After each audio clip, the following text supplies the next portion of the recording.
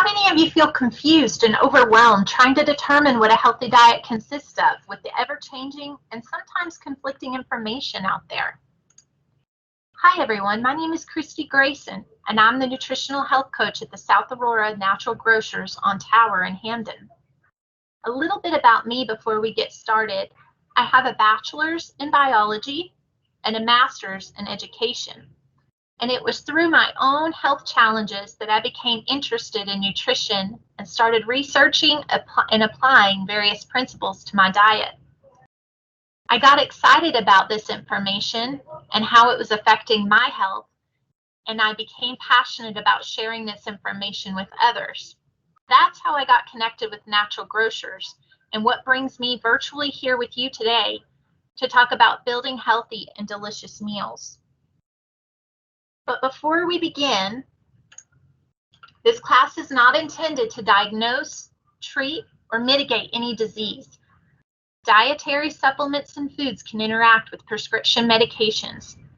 If you are taking a prescription medication, it's important for you to become informed about the possible interactions. As a family-owned company, we were built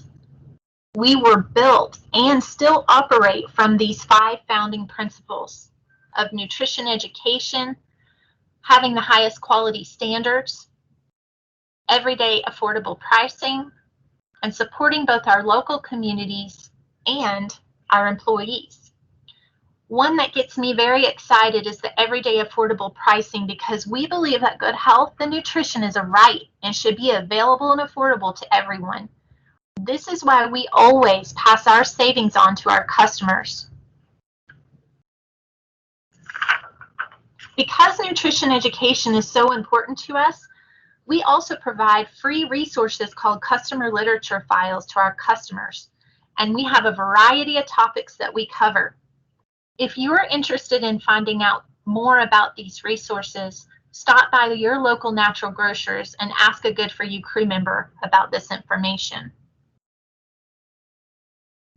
So, what does healthy eating look like? And how should I eat to help balance my energy, mood, immune system, and blood sugar? There's so much information out there with the new diets popping up all over. And the truth is that there isn't a one-size-fits-all. So it's important to learn to experiment and listen to your body and adjust your macronutrient ratios to your body's needs. Ask yourself what your health goals are and start there. Today, we're going to cover the importance of a balanced blood sugar and also basic eating principles to build balanced meals. Remember, healthy eating can be delicious. How many of you know people that eat junk food 3 meals a day and seem healthy? Well, remember that the food we eat needs to help refuel, rebuild, and repair our body to allow it to function. Junk food doesn't provide those raw materials to create a healthy new structure. Healthy food choices supply our body with necessary nutrients to support optimal health. We are what we eat. Only when we provide our body with the nutrients it needs can we heal, repair, make hormones, digest food, fight off infection, deal with stress, think and learn, move and play, and every other thing we ask our bodies to do every day. One of the effects our food choices have is in determining our blood sugar. Proteins, healthy fats, and carbs are the macronutrients that through digestion are broken down into amino acids, fatty acids, and glucose. Through the process of digestion, we also obtain micronutrients, which are vitamins, minerals, phytonutrients that provide the building blocks for a healthy new body. Blood sugar is the glucose that circulates in the blood.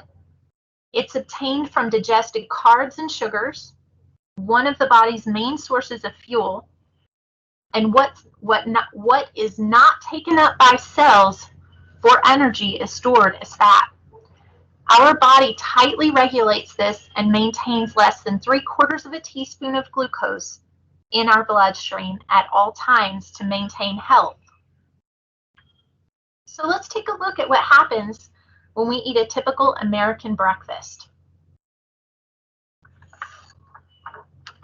When we eat cold cereal, skim milk, and orange juice, as seen in this example, we are getting carbs from the cold cereal that digest rapidly into sugar.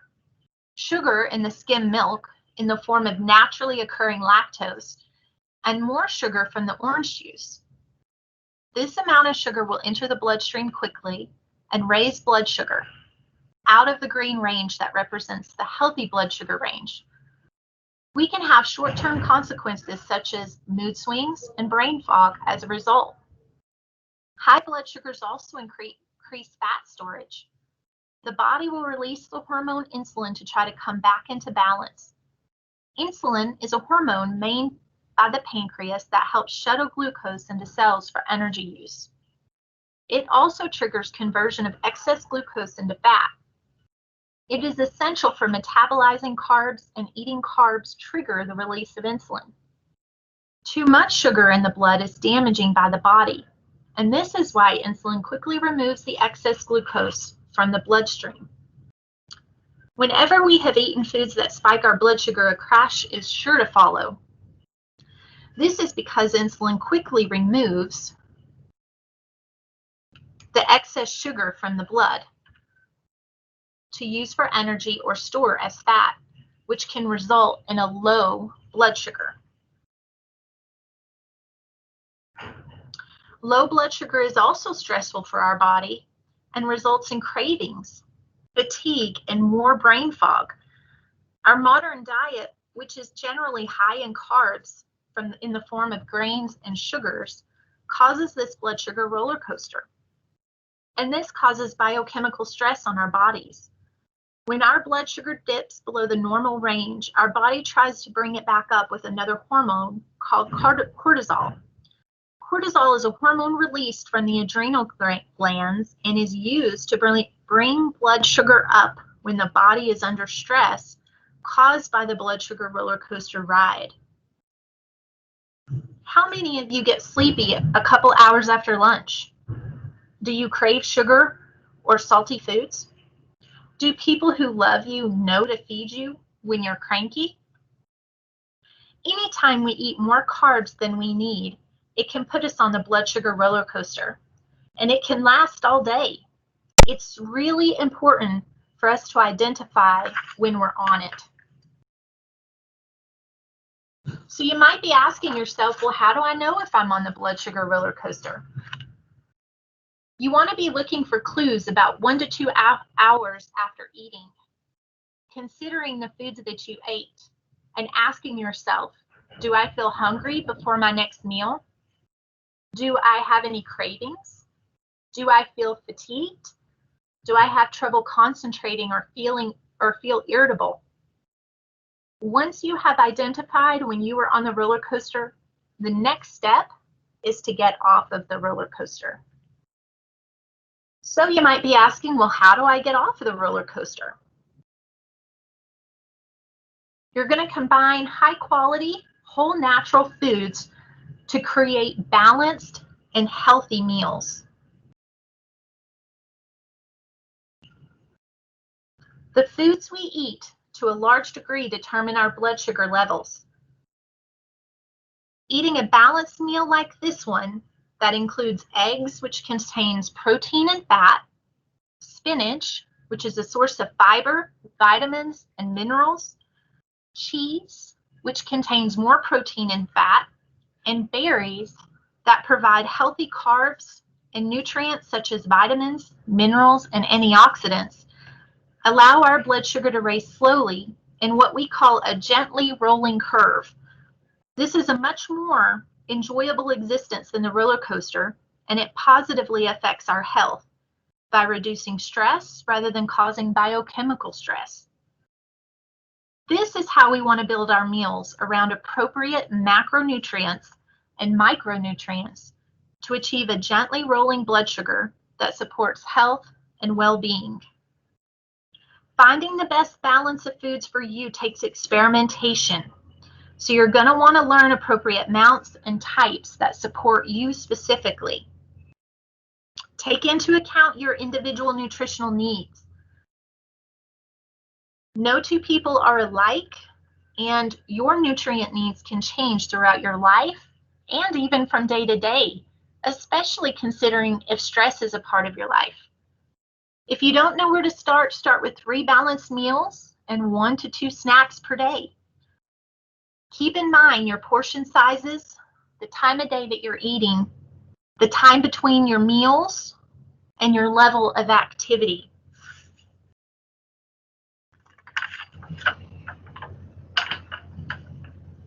To help us build a healthy plate, we're going to use what we call a healthy meal wheel. And this is our example of our healthy meal wheel. Number 1 rule we're all familiar with is to avoid processed food. Most processed food comes in a box or a bag and no longer resembles something coming from nature. Processed foods have a decreased nutrient density and are typically higher in carbs, especially sugar. We want to first build our meals around nutrient-dense vegetables. We want to choose a quality protein, choose a quality healthy fat, and add fruit for extra carbs and sweet treats as an individual can handle.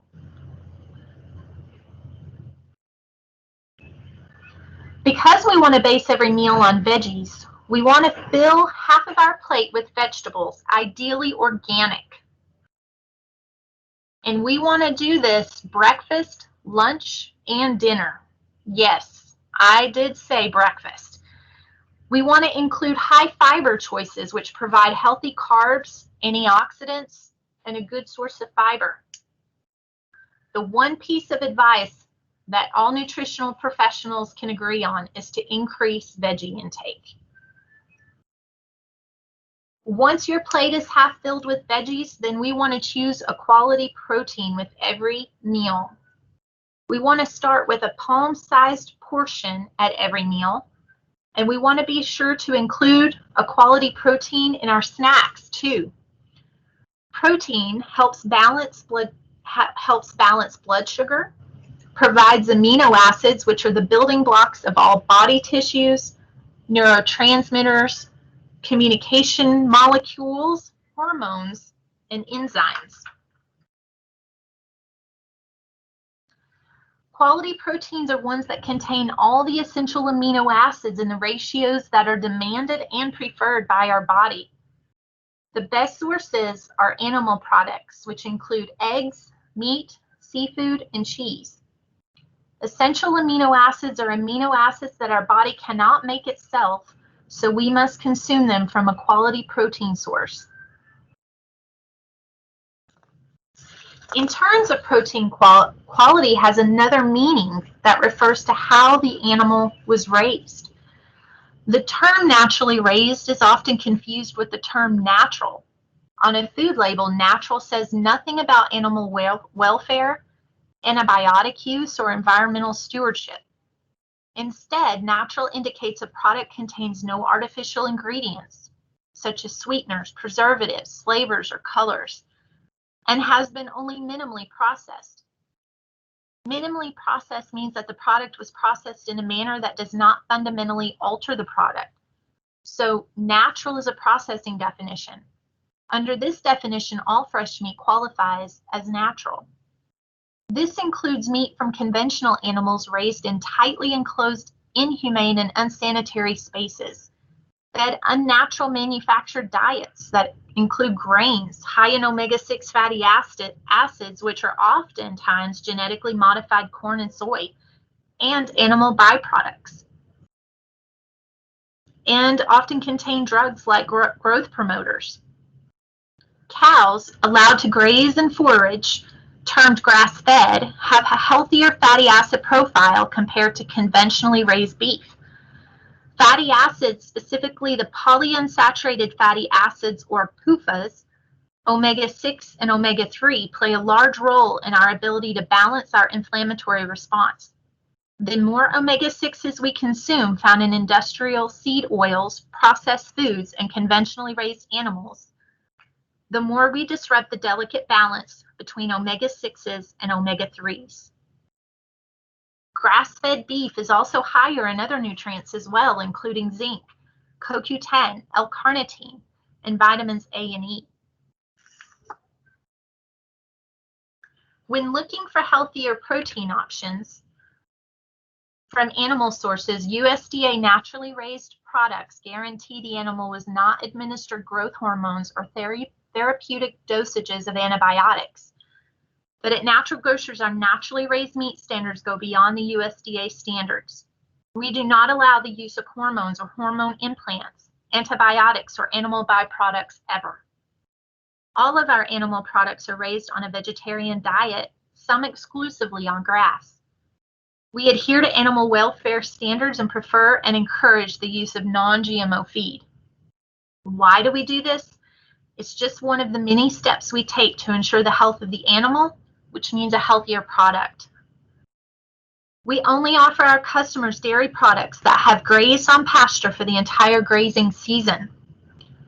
In addition, our dairy standards necessitate no animal byproducts in the feed, no bovine growth hormone, no growth promoters, antibiotics and all other drugs only to be used therapeutically and to be prescribed by a veterinarian. Animal welfare farming addresses the needs of animals first, ensuring that every animal has access to clean water, fresh air, appropriate feed, and a stress-free environment.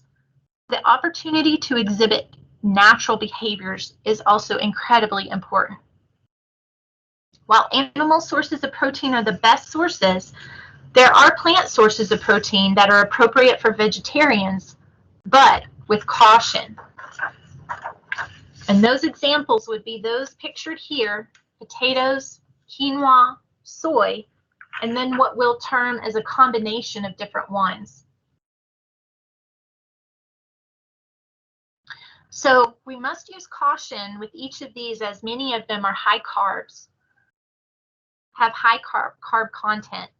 Quinoa is considered a pseudo grain and can have issues as other grains. Some people have a hard time digesting them. And then some people have concerns with soy and thyroid issues. So you must exercise caution with all of these listed. We can also combine different legumes and grains to get more of a complete protein, because as we said, complete proteins have all the essential amino acids that our body requires, and a lot of the plant sources do not have complete protein. Most vegetarians don't have trouble getting enough protein, but they may have trouble with the large amounts of carbs that come with the proteins, which can easily put you on the blood sugar roller coaster, which is why you want to exercise caution. So now that you have your plate filled with vegetables, a serving of protein, we need to make sure that we include a source of healthy fat. And I did say healthy fat. Healthy fat is used to cook with, garnish our food, and it's a component of a quality protein from the animal sources of protein. They include butter, coconut oil, palm oil, olive oil, sesame oil, and cream. Healthy fats support our health by supplying energy.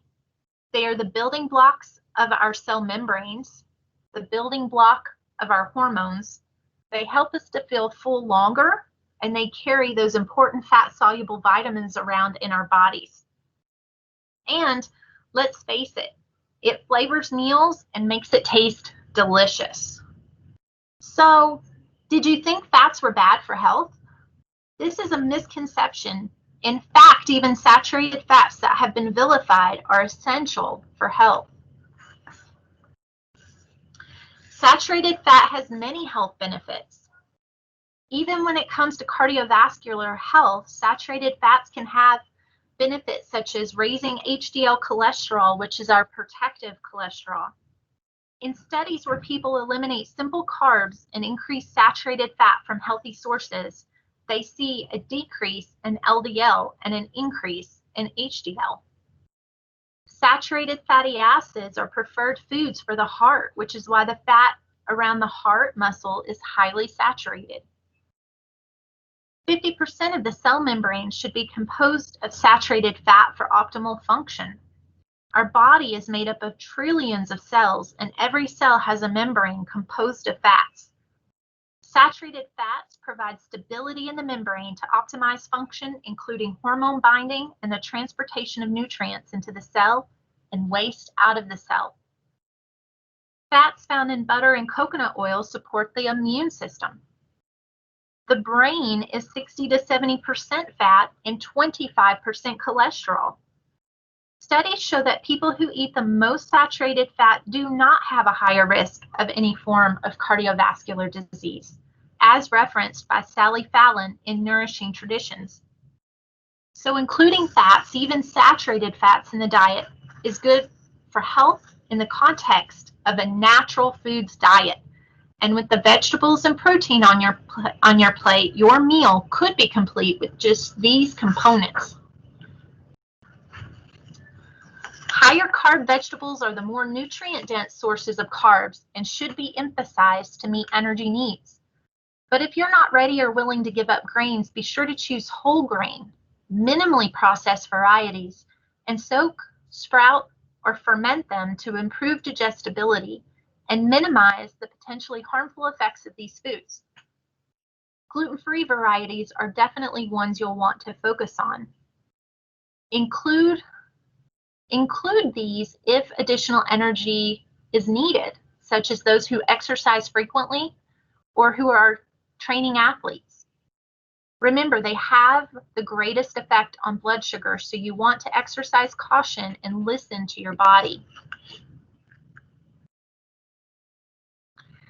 So finally, nature's provided us with the perfect sweet treat in the form of fruit. Fruit provides carbohydrates, antioxidants, vitamins, minerals, fiber. However, it can also affect blood sugar though, so we want to be cautious of the amount of fruit that we include, and it needs to be adjusted to meet our individual needs. Eating fruit with a source of protein and fat like nuts can help to moderate the effect of the fruit that it has on your blood sugar. So now that we have covered all the basics to include, let's take a look at how to put it all together so that we can create a healthy and delicious meal. We're going to put a plan into action, and I'm going to take what I see as a comfort meal, and we're going to make some adjustments based on our healthy meal wheel and what we learned in this presentation. I'm going to go with spaghetti and meatballs. Oh yeah, spaghetti and meatballs. And what we're going to do is we're going to make a few modifications, and it's still going to ideally taste delicious. So instead of the noodles, we're going to switch those out for two different options. You can combine them or you can do them separate. And the two noodle options are going to be spaghetti squash and or what we call zoodles, which are spiralized noodles. Really, you could use spiralized vegetables in any form, but let's go with the zucchini instead. So we're going to switch out the pasta for zucchini or spaghetti squash, and there we have added vegetables. We've taken out the higher carb pasta, but we're going to keep the meatballs. Now, if you love super Italian meatballs, what we're going to do though is we're going to hold the breadcrumbs. So we want to make these with just meat and some spices and herbs.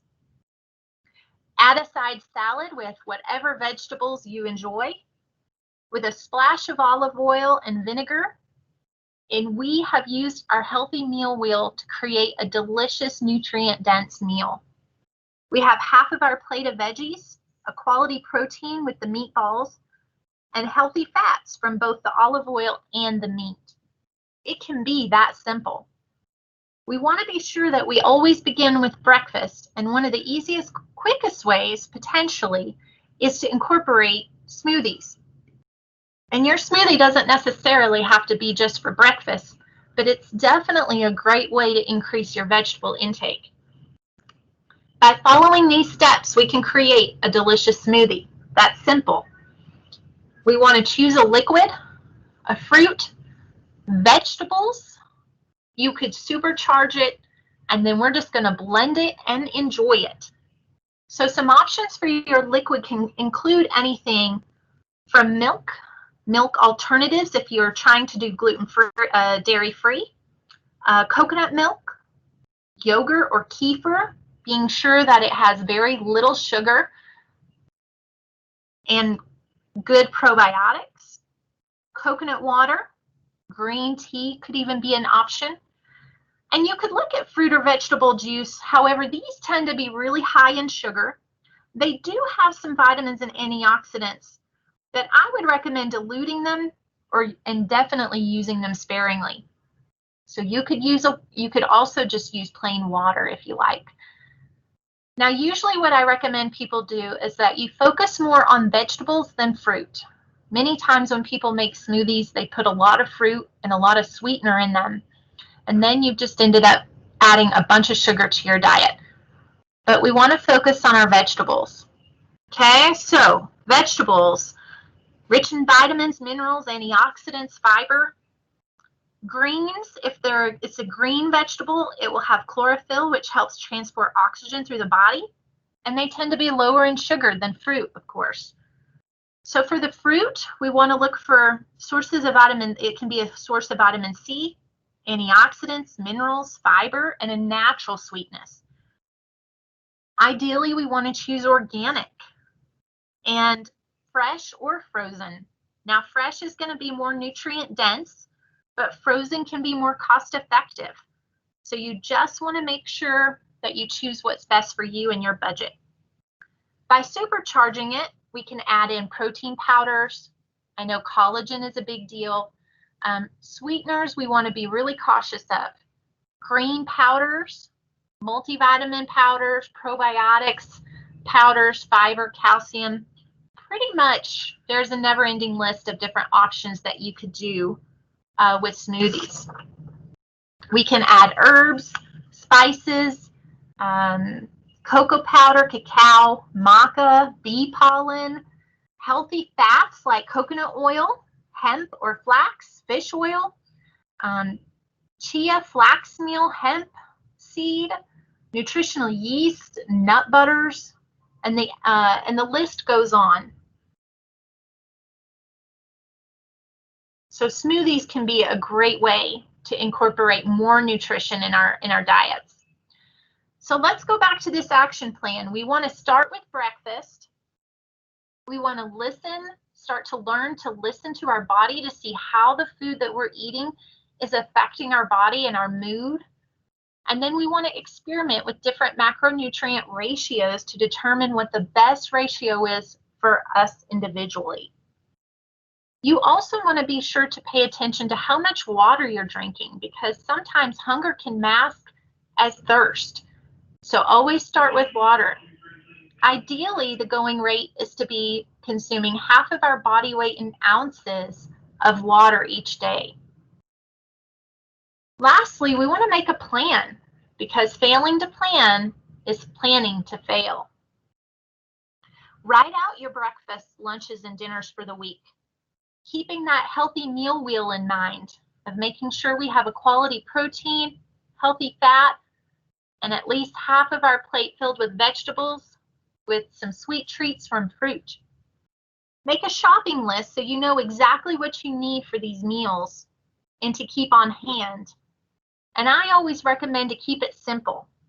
And don't forget to make it delicious. Eating healthy does not have to be a burden. Healthy eating is the first step, but we can't get all the nutrients we need for health from food alone. Now that we've learned what we eat makes a big difference in how we feel, and diet is the first step in that process to achieve vibrant health. And in order for the foods we eat to really have an impact, we also need the micronutrients, which are vitamins, minerals, and phytonutrients, which build health by influencing hormones. The immune system and gene expression are necessary components of all metabolic and biochemical reactions in our body. Biological research shows that we are not getting enough micronutrients. While diet is the first step in achieving vibrant health, biological studies show that we need to take additional steps to ensure that we are meeting and exceeding our daily micronutrient requirements. One nutrient where supplementation is especially important for most people is vitamin D. We call this the sunshine vitamin. It supports cardiovascular, prostate, and breast health, immune system function, brain function and development, healthy blood sugar levels, gene expression, and bone health. It's important for the health and function of every cell and tissue in the body. Now I want you to think of a gas tank, and we're going to show what vitamin D does in the body on an empty gas tank and what it does on a full tank of gas. So research shows that in order for vitamin D to influence health fully, our tank must be full. At lower levels, it manages blood pH by regulating calcium absorption, which is critical for survival. However, when our vitamin D tanks are full, it can positively impact gene expression. The genes that support health are turned on, and genes that undermine health are turned off. And it can assist in all of these body systems such as brain health, bone health, heart health, and immune health. There are vitamin D receptors in every tissue and cell in the body, and the actions of these receptors regulate gene expression in these tissues and cells. Through calcium regulation and gene expression, vitamin D can positively impact every bodily system. So how do we get those adequate levels of vitamin D to fill our tank? Well, our ancestors spent their lives outside working in the sunlight. We make vitamin D when UVB rays from the sun react with cholesterol in our skin. Wearing sunscreen will block vitamin D production. Now, don't get me wrong, I'm not suggesting that we don't wear it, but it's just to be mindful of how we actually make it in our body. The majority of the population has suboptimal levels of vitamin D, and studies reveal that 75% of us are not even meeting the recommended daily intake. Supplementing is the best way to make sure you get what you need. Have your blood levels checked through the 25-hydroxy-D test and then supplement accordingly. Now that you are equipped with information about how to build a healthy meal and a couple of nutrients that can offer additional health support, you're ready to get started. And we have additional resources to help you on your way that include those customer literature files and books. Head over to your nearest Natural Grocers to ask for these customer literature files. Are you interested in taking the next step in your health? Schedule a free phone or video coaching session, and we'll discuss diet and lifestyle changes that can support your current health goals. I want to sincerely thank you for watching Building Healthy and Delicious Meals today. Again, my name is Christy Grayson, and I am the health coach at South Aurora Natural Grocers on Tower and Hamden. In addition to this free nutritional class, we provide free coaching sessions, and starting Wednesday, January 20th, we'll have 4 weeks of keto classes and support that will be held virtually. Check out www.naturalgrocers.com for more information and how to sign up. So feel free to stop by our Tower and Hamden store and ask for Christy to make an appointment or to get more resources to support your health goals. Stay tuned for the next class entitled Surviving Today's Food Jungle, set to post on Saturday, January 23rd. Thank you and have a great day.